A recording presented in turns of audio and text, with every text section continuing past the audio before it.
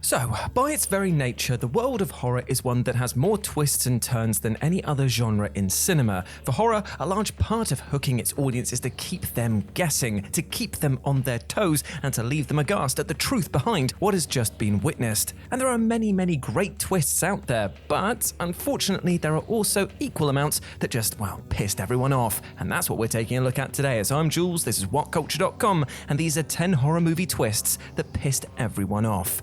Number 10. It was all staged. April Fool's Day. From Fred Walton, 1986's April Fool's Day ticks a whole array of the usual boxes for an 80s horror picture. A cast of disposable pretty young things? Check. A weekend vacation setting? Check. A mysterious killer? Check. Garish fashion choices and hairstyles? Oh, you best believe that is a check. In terms of the setting, it's a remote island owned by Muffy St. John. When Muffy's cousin brings a bunch of his friends over to a party, what starts as a few harmless pranks dotted across the mansion soon becomes far more serious as the dead bodies begin to amass. In fact, Muffy isn't really Muffy at all, for she's been replaced by her evil twin sister Buffy, with the real Muffy's decapitated head found by our protagonists. The ridiculous twist here is that everything that we'd seen at the mansion was actually all fake and had been staged by Muffy. Yeah, that's right, there is no Buffy, and this was just a dress rehearsal for plans to turn her house into a horror resort. Oh, and all of the victims were in on the plan, meaning audiences had totally wasted their time.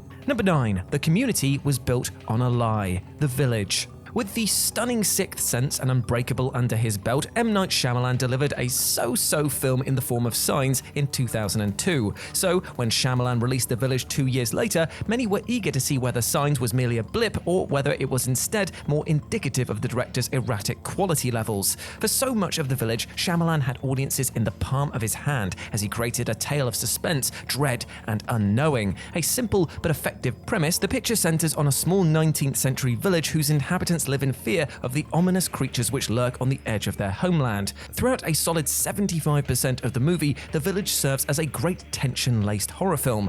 And then comes the effort's final act twist. After Ivy kills one of the village-watching monsters and climbs over a wall, it's revealed that the movie itself is actually set in the present day rather than the 19th century. Unable to see what's around her, Ivy is handed the medications she's seeking by a park ranger and then sent on her way back home. It's explained to viewers that the home of Ivy and her people was set up in the 1970s by a group looking to escape the troubles and crime of the rest of the world. Purchasing a huge estate, the Village was created in the middle of said estate, with the monsters of the movie being residents in costumes designed to stop the local youngsters from leaving the village and discovering the truth.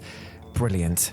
Number 8. Why wasn't David/Charlie caught? Hide and Seek. Released in 2005, John Paulson's Hide and Seek centers on widowed psychologist David Calloway and his young daughter Emily as they move to a new area in the aftermath of David's wife's mysterious death. Before you know it, the family cat and new family friend both end up dead, with Dakota Fanning's Emily insisting that imaginary friend Charlie is responsible for these acts. As the tale unravels, Hide and Seek leans into the idea that Emily is a deranged killer who may or may not have had a hand in her mother's death. Where the twist comes into play is that Robert De Niro's David has dissociative identity disorder and that Charlie is a persona he created to carry out sinister deeds. Of course, one such deed was David/Charlie killing his wife after having seen her kiss another man. Now, while this is all standard horror fare, this twist actually makes zero sense and only served to irk audiences who had previously sat through a relatively enjoyable and rather tense 90 minutes. It had been hammered home that investigations into the death of David's wife drew a blank when looking for her killer. Sure, Charlie may have been a totally different identity to David, but that didn't stop the two personas from having the exact same DNA, and DNA would have clearly been present when the scene of Allison's murder was checked by police. Number 7. Will Benson equals Ben's son. I Still Know What You Did Last Summer. I Still Know What You Did Last Summer is actually a pretty decent slasher sequel for the most part, but that twist?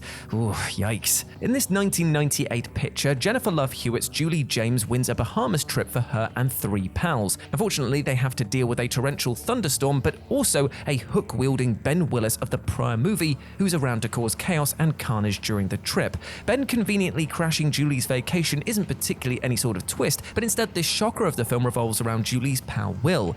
teased as a love interest for Hewitt's character, Ben would pull off a good old heel turn, with a final act revealing that he was the son of Ben Willis. I mean, how ham-fisted was that? You literally had it spelled out for us that Will Benson was Will, the son of Ben. Will Benson, Ben's son, Benson. Yeah, you get it? I Still Know What You Did Last Summer chose to slap its audiences across the face, and screenwriter Trey Calloway likely proudly watched on at this piece of genius that he'd apparently served up.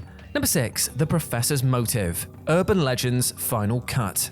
Like some of the other movies on this list, Urban Legend's Final Cut is a relatively steady, decent film for the majority of its runtime. Sure, it's no all-time classic, but the sequel serves as a fun popcorn slasher for horror hounds. With returning campus security guard Reese filling Jennifer Morrison's film student Amy with tales of the urban legend-driven killing spree she encountered in her old job, Amy decides to use these murders as the inspiration for her thesis movie. Of course, the college kids of the day soon find themselves in the crosshairs of a killer, much like was the case in the first Urban Legend film.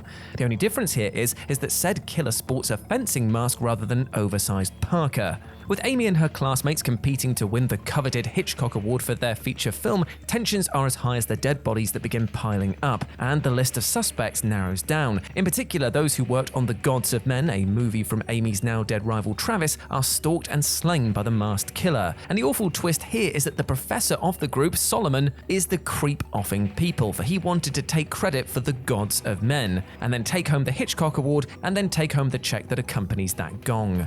Number 5. The entire movie wasn't real. Identity. James Mangold's Identity has the worst sort of twist. You know, the sort of twist that makes you realize that you've just wasted a solid hour of your time, and the sort of twist that takes away any interest you have in the following 25 minutes of action. Opening up with convicted murderer Malcolm waiting to be executed, the focus then switches to 10 strangers stranded at a motel in the middle of nowhere as horrendous weather rains down around them. When this group end up being killed one by one, it's down to retired copper Ed to try and decipher what's really happening. And the what's really happening ends up being that 95% of what you've just seen so far hasn't been real. The twist here is that all 10 of the aforementioned strangers don't actually exist. Instead, each one represents a different personality of the murderous Malcolm. One of these personalities is deemed responsible for the very real kills carried out by Malcolm, and this whole situation is part of an exercise for Malcolm's doctor as he tries to excuse his patient from a death sentence on the grounds of insanity. Number 4. Gordon the Apprentice. Saw 3D. By the time of Saw 3D, the bloom was well and truly off the rose for this once great franchise. 7 movies in, the Saw IP have become riddled with cliches and outdated torture porn tropes. Here, the traps, gore, and gimmicky 3D of the picture are the prime focus, with minimal attention paid to delivering an even mildly passable plot. Perfectly summarizing the ham-fisted nature of Saw 3D, the final act twist of Dr. Gordon, as in one of the main victims of the first Saw movie, being an apprentice of Jigsaw, was utterly ridiculous. When Kramer's wife Jill gives the game away and informs the law that one of its own is responsible for the latest spat of murders, Hoffman is on the mission to hunt her down. Once Saw 3D's final act sees Hoffman execute Jill with the classic reverse bear trap, it's then that we get the twist that Dr. Gordon is just another apprentice of Kramer's. One of 3 people donning the infamous pig masks, Gordon locks Hoffman up in the bathroom from the first film, with it revealed that this plan had already been put in place by the original Jigsaw should Hoffman ever harm Jill. Number 3. The illogicality of Mary as the killer.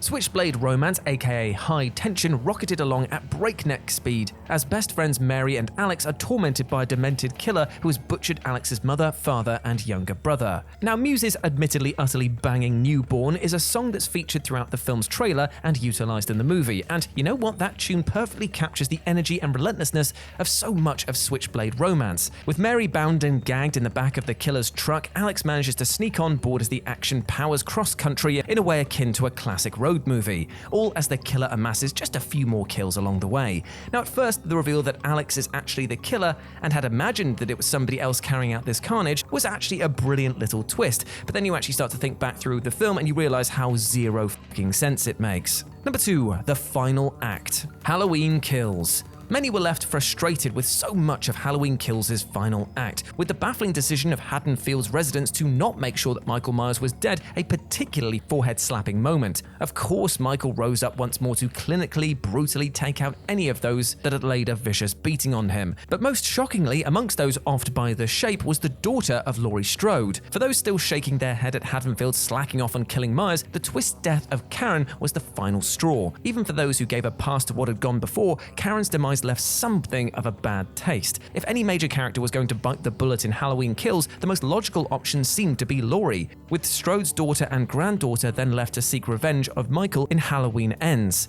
Instead, Karen spots something in an upstairs window of the old Myers house, takes a closer look, and winds up stabbed and presumably killed by Michael in the exact same room that he'd murdered his sister way back where in 1963 when he was just 6 years of age. And number 1, Norman's real mummy issues. Psycho 2. Alfred Hitchcock's Psycho is one of the most influential movies ever made, with the story of Norman Bates and Mother one that led to one of the greatest films in the history of cinema. So how do you follow up that tale? Well, if you're Psycho 2, you deliver the big twist that Norma Bates wasn't actually Norman's mother. Instead, it was Norman's sister Emma who was the real mother of Norman, with Norma having taken in the boy as her own when Emma was locked up in a mental asylum. Taken on its own, this twist was just so frustrating. Making it all the more frustrating, though, is that Psycho 2 had done a fantastic job up until that point, showing Anthony Perkins' Norman readjusting to society after spending 22 years institutionalized. You can't help but feel for the character a little bit as he desperately tries to keep on the straight and narrow as others try to push his buttons.